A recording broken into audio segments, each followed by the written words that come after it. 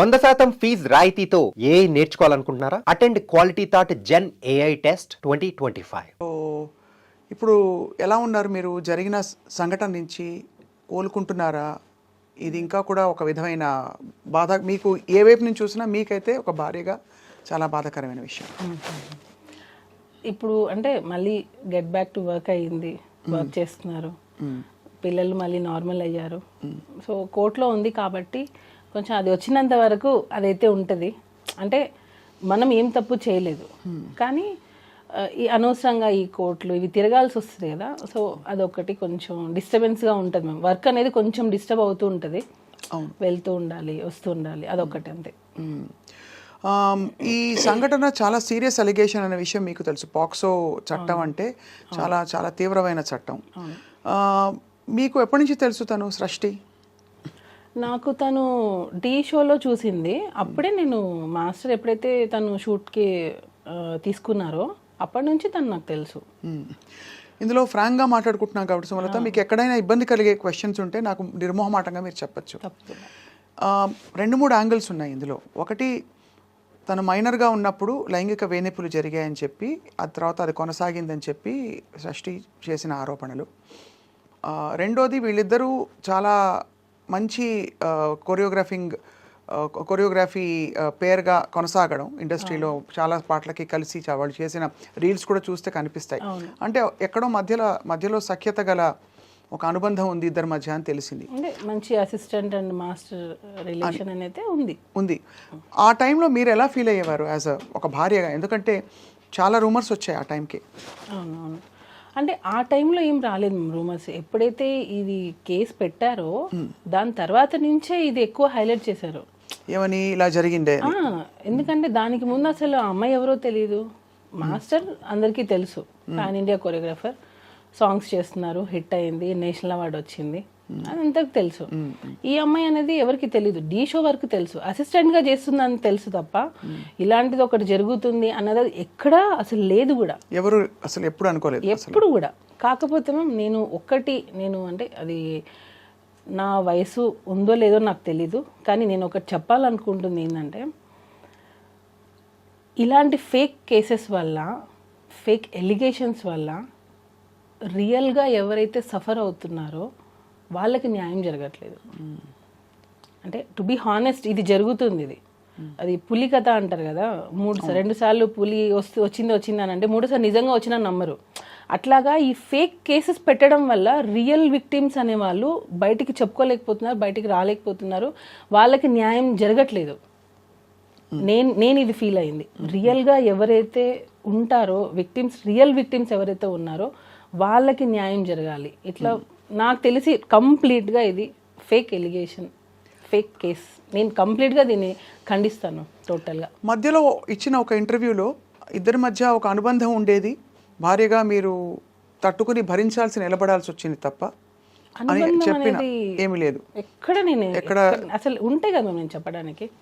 ఇప్పుడు అనుబంధం అని అంటే ఇన్ ద సెన్స్ అసిస్టెంట్కి మాస్టర్కి ఒక కోరియోగ్రాఫర్, అసిస్టెంట్ కొరియోగ్రాఫర్ అనే రిలేషన్ అన్నప్పుడు, ఇప్పుడు నేను చెప్పింది మీరు నాకు ఎగ్జిక్యూట్ చేస్తారు, నేను ఏమైతే చేస్తానో. సో ఆ టైంలో ఇప్పుడు నాకు మీ డాన్స్ నచ్చచ్చు, అందరికంటే అసిస్టెంట్గా మీరు బాగా చేసి ఉండొచ్చు, దానివల్ల మీకు ఇంపార్టెన్స్ ఇచ్చి ఉండొచ్చు. సో అది ఎక్కడైనా జరుగుతుంది. ఇప్పుడు హార్డ్ వర్క్ ఎవరైతే ఎక్కువ చేస్తారో వాళ్ళకి ఖచ్చితంగా ఇంపార్టెన్స్ అనేది ఇస్తారు. దాన్ని మనం అడ్వాంటేజ్ తీసుకొని నాకు అది కంటిన్యూగా కావాలి, ఎప్పటికీ కావాలి అని అనుకోవడం తప్పు అంటున్నాను నేను. సో ఎక్స్పెక్టేషన్స్ అనేవి రానప్పుడే ఇలాంటివి వస్తాయి. అంటే ఎక్స్పెక్టేషన్, ఎవరి ఎక్స్పెక్టేషన్? అసిస్టెంట్ ఎక్స్పెక్టేషన్ ఉంటేనే కదా. ఇప్పుడు నీకు ఇంపార్టెన్స్ ఇచ్చారు, ఎంతవరకు ఇచ్చారు అంతవరకే నువ్వు యూజ్ చేసుకోవాలి. దానికి మించి నాకు ఇక్కడ ఇచ్చారు కదా, సో ఇది నాకు లైఫ్ లాంగ్ కావాలి, లైఫ్ లాంగ్ నాకు ఇంపార్టెన్స్ కావాలి, ఎక్కడ వెళ్ళినా నేనే ఉండాలి అని అనుకోవడం తప్పు. సో అలా ఇంపార్టెన్స్ ఇవ్వలేదు కాబట్టి ఒక్కసారిగా తను తిరగబడిందని మీ అభిప్రాయం? ఎగ్జాక్ట్లీ అదే. కానీ అంత సీరియస్ అలిగేషన్స్, అది కూడా ఇది ఒక ఏదో సైడ్లో వెళ్ళిపోయే విషయం కాదు. ఒక పెద్ద కొరియోగ్రాఫరు పెద్ద హీరోలకి ప్రాబ్లము. ఇప్పుడు చిన్న పెద్ద అనేది ఎక్కడ లేదు. కొరియోగ్రాఫరే, కాకపోతే పేరున్న కొరియోగ్రాఫర్, అంటే లైట్లో ఉన్న కొరియోగ్రాఫర్. చాలా మంది కొరియోగ్రాఫర్స్ ఉన్నారు, టాలెంట్ ఉండి బయటికి రాని వాళ్ళు ఉన్నారు. ఇప్పుడు వాళ్ళ మీద మనం ఏమైనా ఎలిగేషన్ చేస్తే బయటకు వస్తాయా? మీడియాలో చేయరు కదా. అవును. ఒక పేరున్న కొరియోగ్రఫర్ మీద పెడితేనే కదా మనం బయటకు వస్తాము. జస్ట్ కెరియర్ని ముందుకు తీసుకెళ్ళడానికి ఒక ఆడపిల్ల బయటికి వచ్చి తన 17 ఏళ్ల వయసులో జరిగిన ఒక విషయం అని చెప్తూ ఇంత పెద్ద విషయాన్ని తన ఆల్మోస్ట్ తన శీలాన్ని అన్నిటినీ బయట పెట్టుకుంటుందా? మేము ఒకటి చెప్తాను మ్యామ్, ఇప్పుడు ఫోక్స్ అనేది 16 ఇయర్స్ అంటే అండర్ 18. ఇది నేను చెప్పచ్చో లేదో నాకు తెలియదు. నేను ఈ కేసు గురించి మాట్లాడట్లా, జనరల్ టాపిక్ గురించి నేను జనరల్గా నేను చెప్పాలనుకుంటున్నాను. అండర్ 16 అంటే మైనర్.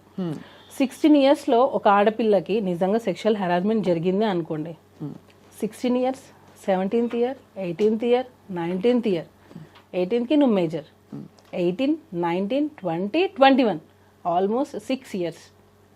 6 ఇయర్స్ నిజంగా ఒక అమ్మాయికి ఇంత హెరాస్మెంట్ జరుగుతుంటే ఈ రోజుల్లో పేరెంట్స్ కొడితేనే బయటకు వచ్చేస్తున్నారు. పేరెంట్స్ కొడితేనే ఇంట్లో పేరెంట్స్కి అగెనెస్ట్గా మాట్లాడుతున్నారు, నువ్వు నన్ను ఎందుకు కొడుతున్నావు అని. అలాంటిది ఇన్ని ఇయర్స్ నువ్వు ఇంత హెరాస్మెంట్ జరుగుతుంటే అసలు ఉంటుందా? ఒక ఆడపిల్ల ఉంటుందా? అంటే ఇయర్స్ తరబడి హెరాస్మెంట్ అంటే వాతావరణంలో ఎలాంటి ఒత్తిడి ఉంది అంటే అది నేను తలగ్గకపోతే ఆ టర్మ్స్ అండ్ కండిషన్స్కి నా కెరియరు నేనంతా పణంగా పెట్టి బయటకు వచ్చేసిన ఇదంతా వేస్ట్ అయిపోతుంది కాబట్టి భరిస్తూ ఉన్నాను. ఒక పాయింట్ అయ్యాక ఇంకా భరించలేని తను నాకు కూడా ధైర్యం వచ్చి నేను బయటకు వచ్చానని చెప్తుంటాను. జానీ మాస్టర్ చాలా మంది జనాల మధ్యలో పెరిగారు. నాకు ఇది క్వశ్చన్ అడుగుతుంటే కూడా నాకు అంటే ఇంత హెరాస్మెంట్ చేస్తారు జానీ మాస్టర్ అని అంటేనే అది ఆలోచించాల్సిన విషయం అది. ఎందుకనంటే తను 2000లో 2001లో వచ్చేసారు హైదరాబాద్కి. దానికి ముందు నుంచే డాన్స్ ఫీల్డ్లో ఉన్నారు. ఎంతమంది డైరెక్టర్స్ దగ్గర వర్క్ చేశారు, ఎంతమంది ప్రొడ్యూసర్స్, ఎంతమంది హీరోయిన్స్, ఎంతమందికి తెలియదు జానీ మాస్టర్. ఇన్ని సంవత్సరాలలో ఆల్మోస్ట్ 22 ఇయర్స్ అనుకుంటా ఇప్పటికి, అంటే 2000 అంటే ఇప్పటికి 25, ఆల్మోస్ట్ 24 ఇయర్స్. ఈ 24 ఇయర్స్లో ఏ ఒక్క అమ్మాయి అయినా జానీ మాస్టర్ నన్ను హెరాస్ చేశారని వచ్చిందా? ఏ ఒక్క చిన్న కంప్లైంట్ అయినా వచ్చిందా? ఎక్కడా లేదు. ఇప్పుడు డీ షో నుంచే వచ్చారు ఆయన కూడా. ఏదున్నా స్ట్రైట్ ఫార్వర్డ్గా ఉంటే ఇది నిజం, ఇది జడ్జిమెంట్ కూడా ఆయన అందరూ జడ్జెస్ ఎలా ఇచ్చారనేది నాకు తెలియదు. మాస్టర్ మాత్రం బాగుందంటే బాగుంది, బాగాలేదంటే బాగాలేదు.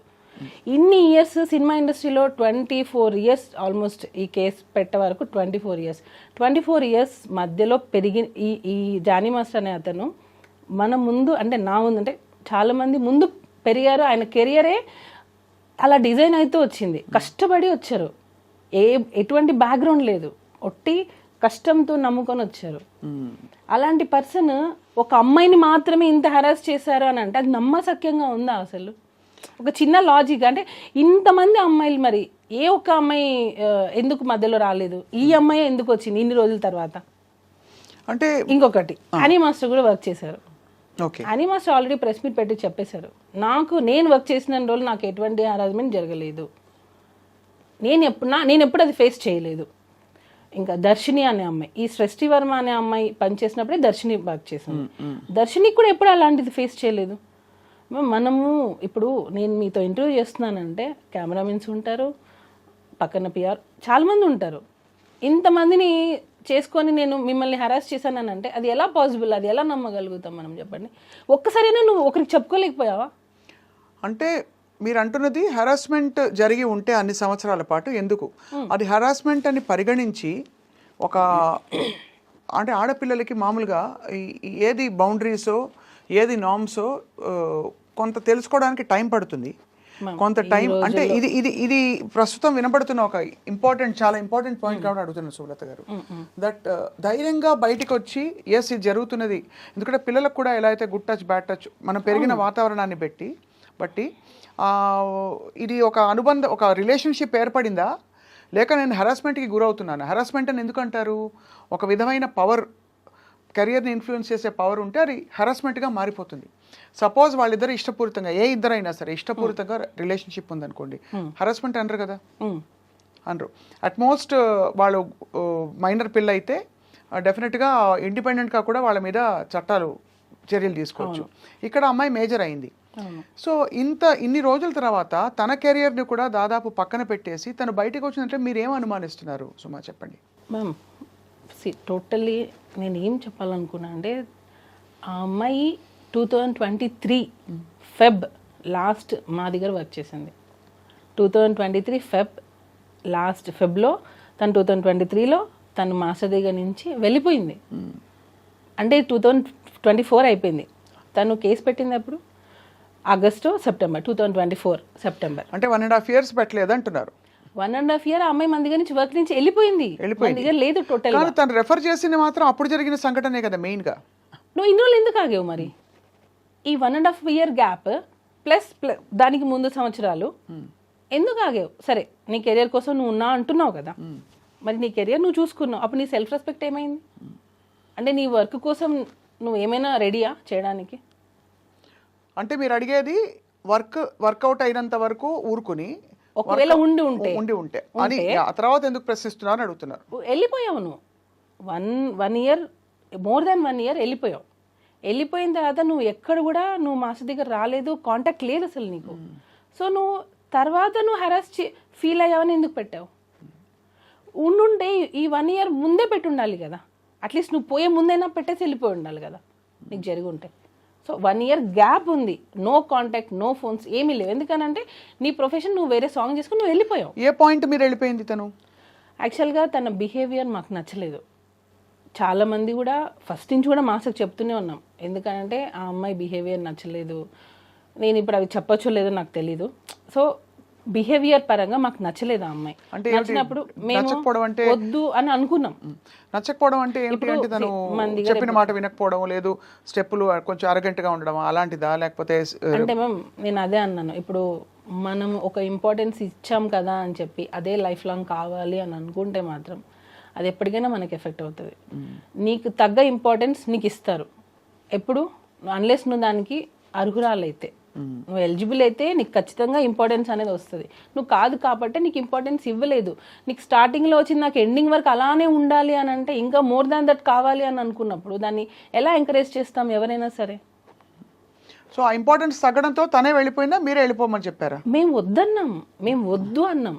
యాక్చువల్గా తను ఏంటంటే ఒక్కొక్కసారి ఫోన్ లిఫ్ట్ చేయదు. ఇప్పుడు మనం ఒక కొరియోగ్రాఫర్గా అయ్యాను, యాక్చువల్ కొరియోగ్రాఫర్ కార్డ్ మేమే ఇప్పించాం ఆ అమ్మాయికి. యూనియన్లో ఫైట్ చేసి యూనియన్కి అగేనెస్ట్గా అమ్మాయికి కార్డు ఇప్పించిందే మేము. ఎందుకు అగేన్స్ట్గా వెళ్ళాల్సిన అవసరం? ఎందుకంటే యూనియన్లో అమ్మాయి కార్డు ఇవ్వడానికి రెడీగా లేరు.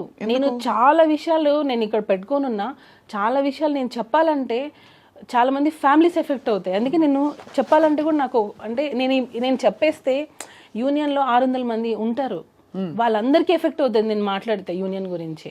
సో నేను ఆ మాటలు కొన్ని నేను చెప్పలేను, కానీ ఎప్పటికైనా అది బయటకు వస్తుంది. ఏం లేదు.